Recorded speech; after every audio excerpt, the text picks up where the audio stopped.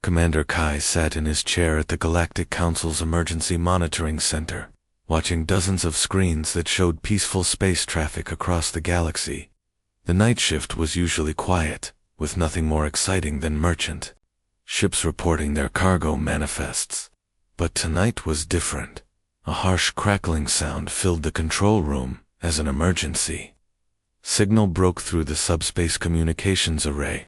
Kai's 3 eyes widened as he recognized the signature. It was coming from the Outer Rim territories, where few ships dared to travel alone. "This is Captain Zalara of the Zephyrian colony ship Peacebringer." The voice trembled with fear. "We are under attack by unknown vessels. Our shields are failing. We have over 800 civilians aboard, including children. Please, someone help us." The transmission cut to static, replaced by the sound of weapons fire and screaming. Blue-scaled hands moved quickly across his control panel, trying to get a clearer signal. When the image finally came through, his heart sank. The beautiful crystalline hull of the Zephyrian ship was cracking like glass under heavy plasma bombardment. "Get me tactical analysis now," Kai barked to his aide. A young officer named Ren, who had only been working the monitoring station for 3 months. Ren's fingers flew over his console. "Sir, I'm reading multiple hostile contacts. Ship signatures match known Ravager pirate vessels. Looks like Admiral Vork's fleet. They're the worst ones in this sector." Kai felt his stomach drop. The Ravagers were notorious throughout the galaxy for their cruelty. They didn't just steal cargo. They took prisoners to sell as slaves, and they never left witnesses. The peaceful Zephyrians, with their butterfly-like wings and gentle nature, wouldn't stand a chance against such brutal attackers. "What's our nearest response fleet?" Kai demanded, already knowing the answer wouldn't be good. Ren checked the deployment charts, his face growing pale. "Fourth Fleet is responding to a mining accident in the Centauri system. 7th Fleet is doing joint exercises with the Altarian Navy. The closest available ships are—" He paused. Double-check Captain June stood perfectly still on the bridge of the massive human warship Ironwell, his dark eyes fixed on the holographic display showing the distress call. The alien voices speaking their strange language filled the command center, but the universal translator made their terror crystal clear. Families were dying out there in the cold darkness of space. Around him, his crew waited in tense silence. These weren't fresh recruits or academy graduates. They were battle-tested veterans who had fought in the brutal conflicts near Earth's expanding borders. Each one had seen enough combat to know when a situation was hopeless, and when it was worth fighting for anyway. Lieutenant Nam, the ship's helm officer, broke the quiet first. "Captain, I've got the coordinates locked in. It's a 12-hour burn at standard cruising speed." June shook his head slowly. "Too long. Those people don't have 12 hours. He stepped closer to the tactical display, watching the red dots representing pirate ships closing in on their prey. "Set course for the Zephyrian vessel. Maximum emergency burn." The bridge crew exchanged worried glances. Maximum burn meant pushing their engines far beyond normal safety limits. It meant subjecting everyone aboard to crushing gravitational forces that could kill them if something went wrong. "Sir," Lieutenant Commander Park spoke up from the navigation station, "we should contact Galactic Council first. We have no treaty obligations to these aliens. No legal authority too. People are dying." Lieutenant Hannah cut him off sharply from her position at the weapons control console. Her fingers were already dancing across the targeting systems, preparing the ship's massive arsenal. "That's obligation enough for me." Captain June nodded approvingly. This was exactly why he trusted his weapons officer. She understood what it meant to be human. Hannah's right. We don't need a piece of paper to tell us to help innocent people. The captain activated the ship-wide communication system. "All hands, this is the captain speaking. We've received a distress call from a civilian ship under attack by pirates. We're going to help them, which means we're pushing this ship harder than we've ever pushed her before. Secure everything that can move. Strap yourselves in tight, and remember why we're out here." Down in the engine room, Chief Engineer Tay was already working before the official orders came through. His hands moved with practiced precision across the power distribution panels, rerouting energy from non-essential systems to the massive fusion drives. Warning lights flashed red as he pushed the engines past their rated capacity. "Tay-2 bridge." His voice crackled over the intercom. "I can give you 30% more speed, but it's going to get rough down here. These modifications would make a Galactic Council safety inspector have a heart attack." "Do it," June replied, without hesitation. The iron will began to accelerate with bone-crushing force. Throughout the ship, crew members pressed back into their seats as gravity multiplied. In any other species vessel, such acceleration would have been impossible. The crew would have been crushed to death within minutes. But humans had evolved on a world that constantly tried to kill them, and their bodies could handle punishment that would liquefy more delicate alien races. The human battle group, 5 heavy cruisers, and a dozen smaller escort ships formed up around the iron will and matched its incredible speed. The space around the dying Zephyrian colony ship suddenly erupted with brilliant flashes of light as the human fleet dropped out of faster-than-light travel. One moment there was only empty darkness and the attacking pirate vessels, and the next moment 5 massive human warships appeared like deadly phantoms, materializing from a nightmare. Admiral Rusk, the scarred leader of the Ravager pirate fleet, stood on the bridge of his flagship Bone Crusher and laughed when he saw the newcomers. His yellow eyes glowed with amusement as he studied the angular, brutal-looking human ships through his viewscreen.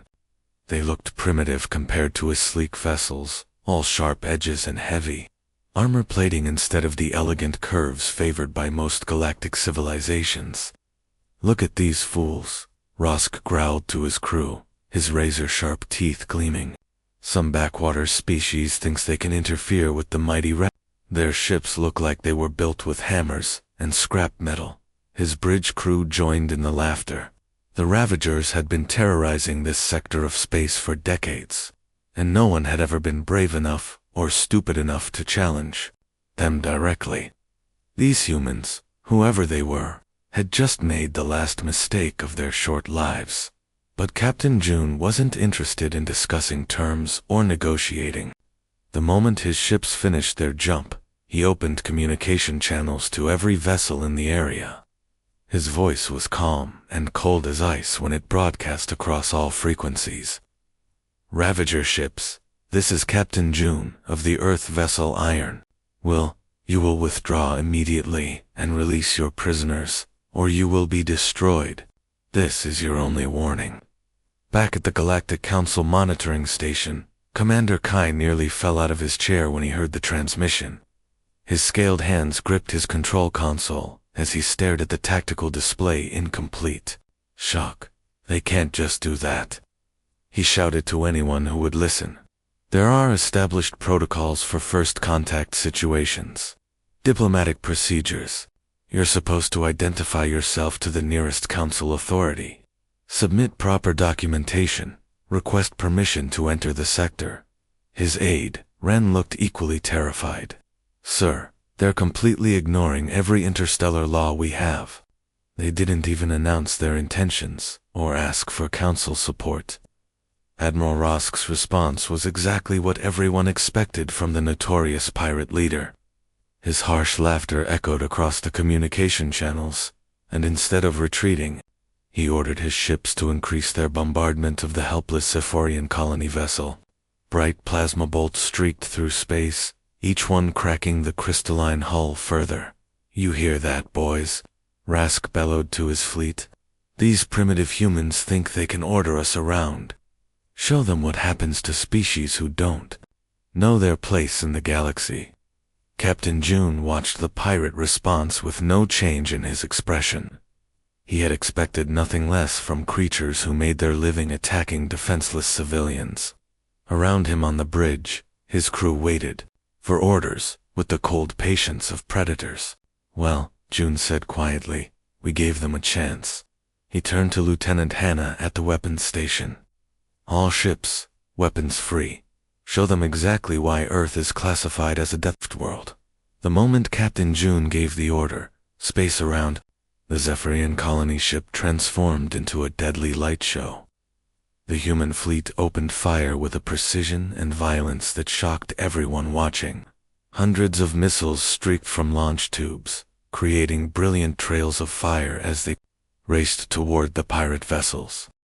Lieutenant Hannah's hands moved across her weapons console like a pianist playing a deadly symphony. Her fingers flew between targeting controls, coordinating attacks from all 5 human ships with split-second timing. Each missile was guided to its target with surgical precision, overwhelming the Ravager point defense systems that had never faced such coordinated firepower. First wave hitting their shields now, she reported calmly, even as explosions lit up the darkness around them. Their defensive grid is already failing on 3 vessels. But the missiles were just the beginning. From the launch bays of the human ships, dozens of small fighter craft shot out like angry hornets. These weren't the careful, cautious pilots that most galactic militaries trained. These were humans who had learned to fly in the deadly skies above Earth, where a single mistake meant death. The human fighters dove straight through walls of plasma, fire that should have melted them instantly, where any sane pilot would have taken evasive action. These crazy humans flew directly at their targets, trusting their reflexes and their heavily armored ships to keep them alive. Admiral Rask watched from his command bridge in growing disbelief. His Ravager fleet had terrorized this sector for years, crushing anyone who dared oppose them. But these human ships moved like nothing he had ever seen before. They twisted and turned through space in formations that defied all military logic. How are they doing that? He roared at his tactical officer. Those maneuvers should be impossible. The gravitational forces would kill any crew. His officer checked the readings again, hoping he had made a mistake. Sir, they're pulling over 8 times normal gravity in some of those turns. No known species can survive that kind of acceleration. But the humans weren't just surviving. They were fighting harder than ever. Captain June stood calmly on his bridge as the iron will spun through a corkscrew turn that would have liquefied most alien crews. Around him, his officers remained focused on their duties even as the crushing forces tried to pin them to their seats. Enemy flagship is trying to break away, Lieutenant Hannah announced, her voice steady, despite the incredible stress their maneuvers were putting on everyone aboard. Admiral Rosk's ship is heading for the asteroid field. Stay with them, June ordered without hesitation. Don't let that monster escape to hurt more innocent people. The Iron Will and her escort ships pursued the fleeing pirates through a deadly maze of floating rocks and debris, where the Ravager ships had to slow down and carefully navigate the hazards. The human vessels shot through the asteroid field at full speed, their pilots making impossible split-second decisions that kept them alive by mere meters. Admiral Rosk watched his supposedly superior fleet crumbling around him as these impossible warriors from a death world showed him what real combat looked like. His hands shook as he realized he had made a terrible mistake in underestimating the humans. The massive Ravager plasma torpedo struck the Iron Will like a hammer blow from an angry god. The explosion tore through 3 layers of reinforced armor plating, creating a gaping wound in the ship's side that immediately began venting precious atmosphere into the vacuum of space. Emergency alarms screamed throughout the vessel as toxic gases from the damaged power conduits mixed with the escaping air, creating a deadly cocktail that would kill most species in seconds. Commander Kai watched the disaster unfold on his monitoring screens, expecting to see the human ship retreat to make emergency repairs. Any sensible captain would pull back from combat when facing such catastrophic damage. The breach was huge, easily 20 meters across, and the toxic atmosphere pouring through the hole was so corrosive it could eat through standard protective gear in minutes. But Chief Damage Control Officer Sue didn't even hesitate when the emergency call came through. She was already suiting up in the repair bay before Captain June finished giving the order. Around her, her team of engineers and technicians moved with practiced efficiency, grabbing welding equipment and emergency hole patches. "Listen up," Sue shouted over the blaring alarms as she checked her breathing apparatus one final time. "We've got a big hole, letting all our good air out into space, and there's enough poison gas in there to kill a small city. Standard procedure says we should evacuate the damaged sections and seal them off." She paused and grinned at her team, her eyes gleaming with the kind of fierce determination that had helped humanity survive on their deadly homeworld for millions of years. "But we're not going to do that, because standard procedure is for species that give up when things get tough. We're humans, and we fix our problems instead of running away from them." The damage control team charged into the breach, wearing jury-rigged breathing equipment that any Galactic Council safety inspector would have condemned as completely inadequate. The toxic atmosphere was so thick they could barely see their hands in front of their faces, and the temperature was hot enough to melt most metals. Working in pairs, they dragged massive hull plates through the poisonous fog, positioning them over the gaping hole, while plasma bolts from the ongoing battle streaked past, just meters away. Chief Sue personally operated the heavy welding torch, her steady hands creating perfect seals, even as the corrosive gas ate away at her protective gear. Structural integrity restored to acceptable levels. She reported over the communication system 20 minutes later, her voice as calm as if she had just finished routine maintenance instead of performing what most species would consider an impossible miracle. Captain June received the report without changing expression, though privately he felt immense pride in his crew's abilities. Acknowledged. "Resume firing pattern bait. The wounded iron will immediately return to full combat effectiveness." Her massive guns continuing their devastating bombardment of the pirate fleet as if nothing had happened. Admiral Rosk watched in horror as the human ship that should have been crippled or destroyed kept fighting with the same deadly precision as before. The sight of such impossible resilience finally broke something inside the pirate leader's mind, and he began to understand that he was facing something far more dangerous than any enemy he had ever encountered. The last of the Ravager pirate ships disappeared into the darkness of space, their hulls smoking and their crews fleeing in terror. Captain June watched them go without satisfaction. There was no time to celebrate victory when innocent people were still dying just a few kilometers away. The Zephyrian colony ship Peacebringer hung motionless in space, her beautiful crystalline, all cracked like a broken jewel. "Prepare boarding shuttles," June ordered immediately. "Medical team, damage control, and emergency supplies. We're going over there." The human boarding shuttle docked with the alien vessel through a series of gentle bumps that barely registered on the sensors. Captain June led his team through the airlock, not knowing what to expect from their first encounter with the mysterious Zephyrian species. What he found broke his heart. The aliens were unlike anything humans had ever imagined. They stood nearly 2 meters tall, but were incredibly delicate, with gossamer wings that shimmered like rainbow-colored glass and compound eyes that reflected light in beautiful patterns. But now, those gorgeous wings were torn and bleeding, and many of the Zephyrians lay unconscious on the deck from what appeared to be minor injuries. Chief Medical Officer Bo knelt beside the nearest alien casualty and immediately realized the problem. These creatures had evolved on a world with much lighter gravity and cleaner air than Earth. What would be a small cut to a human was a life-threatening wound to their fragile bodies. Their lungs couldn't process the thick, smoky atmosphere that now filled their damaged ship. "Their entire physiology is different," Bo muttered, as he quickly modified his medical scanner to work with alien biology.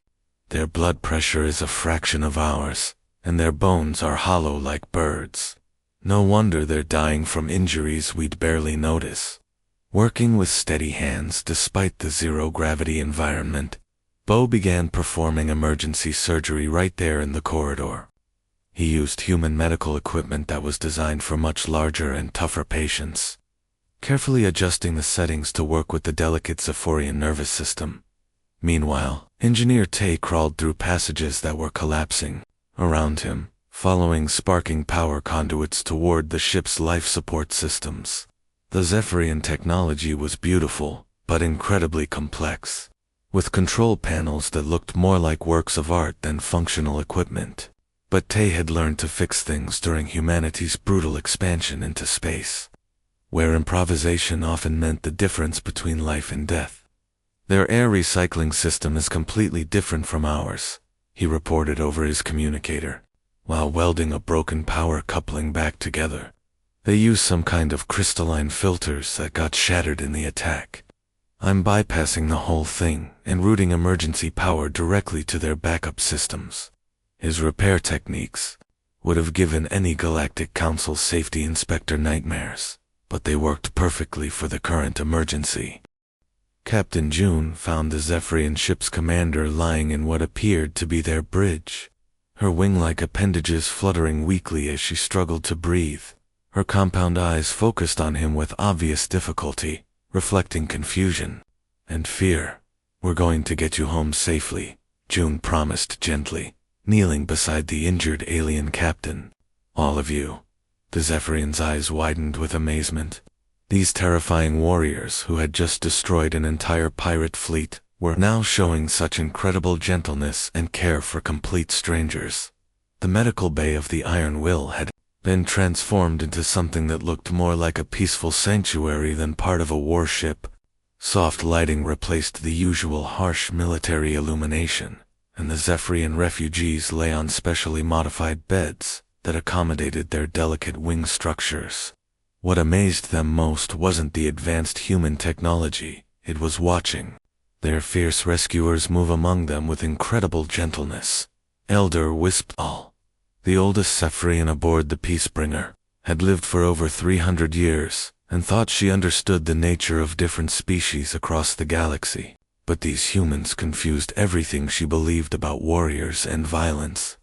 She watched with growing fascination as Chief Medical Officer Bo carefully spoon-fed nutrient paste to a small Zephyrian child whose parents had been injured in the attack. The little one's crystalline form sparkled weakly under the medical lights, and her tiny wings trembled with fear every time she heard footsteps approaching. But when Bo sat down beside her bed, his movements were so slow and careful that he seemed like a completely different person from the deadly fighter who had helped destroy the pirate fleet. "Here, little one," Bo said softly, offering the child a spoonful of his own personal food ration, the emergency supplies that were supposed to last him for days. "This might taste strange because it's human food, but it will help you get stronger." Elder Wispald's compound eyes reflected her confusion as she watched this scene repeat itself throughout the medical bay. "I do not understand," she whispered to Bo when he came to check on her injuries. "You are warriors killers. We saw you destroy those pirate ships without mercy. Yet here you are, sharing your own food with our children, caring for strangers you have never met before." Bo paused in his examination of her wing injuries, considering how to explain something that seemed so natural to him. "We fight to protect innocent people," he said simply, his hands incredibly gentle as he adjusted her medical scanner. "That's what makes us human. We're not killers by choice, we're protectors by nature." Down in what used to be the ship's recreation room, Lieutenant Hannah had created something magical. She had converted the entire space into a makeshift nursery for the youngest Zephyrian survivors, using soft blankets and pillows to create comfortable nests for their delicate forms. The lighting was dimmed to a warm, golden glow that didn't hurt their sensitive compound eyes. What truly amazed the adult Zephyrians was hearing Lieutenant Hannah sing gentle Korean lullabies to calm the frightened children. Her voice was soft and melodic as she moved between the small beds. Her hands, the same hands that had controlled devastating weapons just hours before, now carefully tucking blankets around tiny crystalline bodies. "Sleep now, little ones," she whispered in the universal language that all children seem to understand, regardless of species. "You're safe now. The bad people are gone, and we're going to take you home to your families."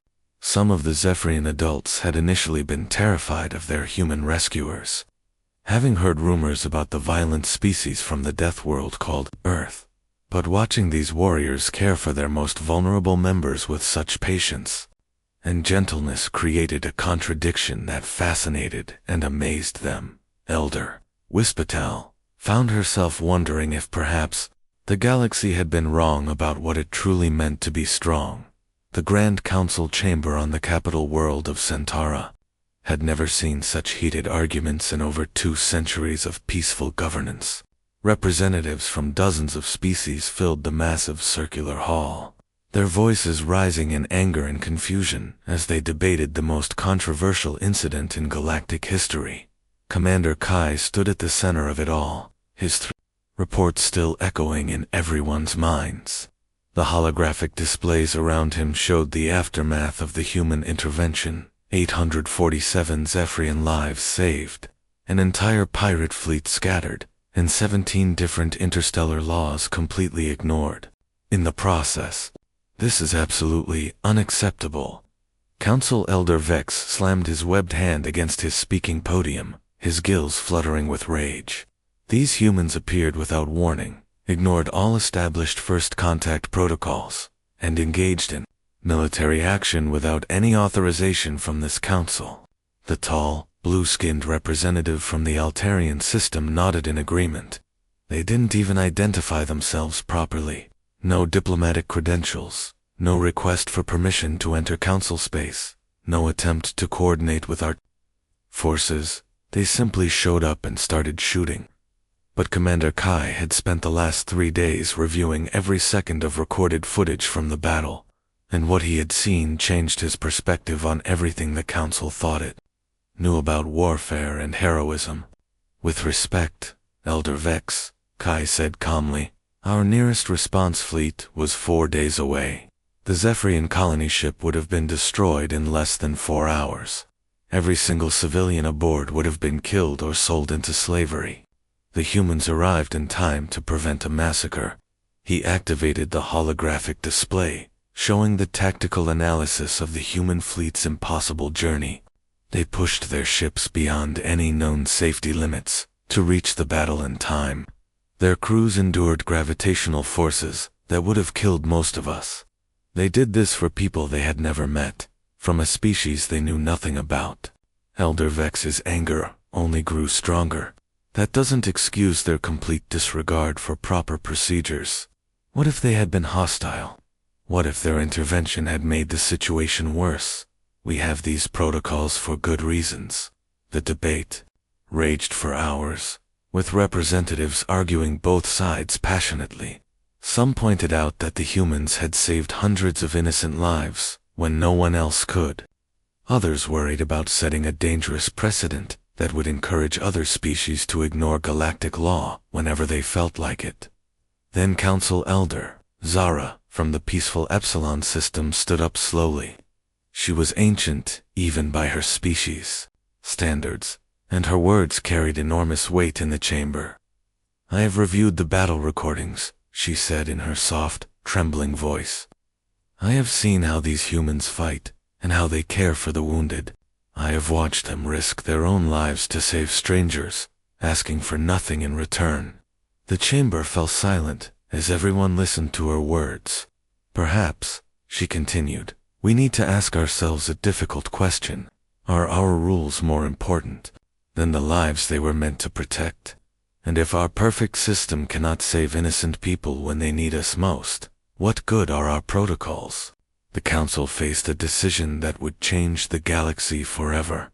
3 weeks after the rescue of the Zephyrian colony ship, Captain June sat in his quarters aboard the Iron Will, staring at 2 very different messages that had arrived within minutes of each other. The contradiction between them perfectly captured the galaxy's confused reaction to humanity's first major intervention in interstellar affairs. The first message bore the official seal of the Galactic Council, written in the formal language that bureaucrats used when they wanted to sound important, while saying very little. It was a formal censure, listing 17 different violations of interstellar law and expressing the Council's grave concern about humanity's reckless disregard for established protocols. The document went on for pages, detailing every rule the humans had broken during their rescue mission. But the second message was much more interesting. It carried no official seal and came through heavily encrypted channels that only the Council's most trusted allies knew about. The message was short and direct. The galaxy needs protectors who act when others hesitate. Would humanity be interested in joining our new rapid response force? Your methods are unorthodox, but your results speak for themselves. Captain June couldn't help but smile at the irony. The same council that was officially condemning his actions was secretly asking him to do it again, just with their unofficial blessing this time. The third message had arrived just that morning, carried by a beautiful Zephyrian diplomatic vessel that sparkled like a jewel against the darkness of space. Elder Wispdol herself had made the journey to personally deliver their species' formal offer of alliance with Earth. Your people showed us that strength and compassion can exist together, she had told June during their meeting. The Zephyrian Collective wishes to offer humanity a full defense pact. We may not be warriors, but we have resources and knowledge that could benefit your people. More importantly, we want the galaxy to know that we stand with those who protect the innocent. It was an incredible honor. The Zephyrians were one of the oldest and most respected civilizations in the galaxy. Known for their wisdom and their advanced technology, their public endorsement would open doors for humanity that had been firmly closed before. As Captain June considered these three messages and what they meant for Earth's future, Communications Officer Sol's voice crackled over the ship's intercom system. Captain, I'm detecting a distress signal from the Kepler sector. Multiple ships under attack by unknown hostiles. Civilian transport vessels with families aboard, sir. June stood up from his desk, without hesitation, the political implications of his actions suddenly seeming far less important than the lives that hung in the balance. He could hear the fear in the alien voices calling for help, and he knew that somewhere out there, children were crying while their parents tried desperately to protect them from another group of ruthless pirates or raiders. All hands, this is the captain, he announced over the shipwide communication system. We have people in trouble. Engineering, I need maximum power to the engines. Weapons, prep all systems for combat. Medical, prepare for casualties. He walked onto the bridge, where his crew was already moving with the practiced efficiency that had saved so many lives during the Zephyrian rescue. Set course to intercept, June ordered with a grim smile. Best possible speed. The Iron Will and her escort ships turned away from Earth and toward the distant cry for help, carrying humanity's simple but powerful philosophy into the darkness of space. When innocent people need saving, you don't stop to ask permission or worry about paperwork. You just go. Kai's blood ran cold. Everyone in the Galactic Council had heard whispers about the humans and their deadly home planet. Earth was officially classified as a death world, a planet so dangerous that it had created a species of warriors, unlike anything the galaxy had ever seen. Most civilized species avoided them completely, but now, these mysterious Deathworlders were racing toward a fight that wasn't even their own.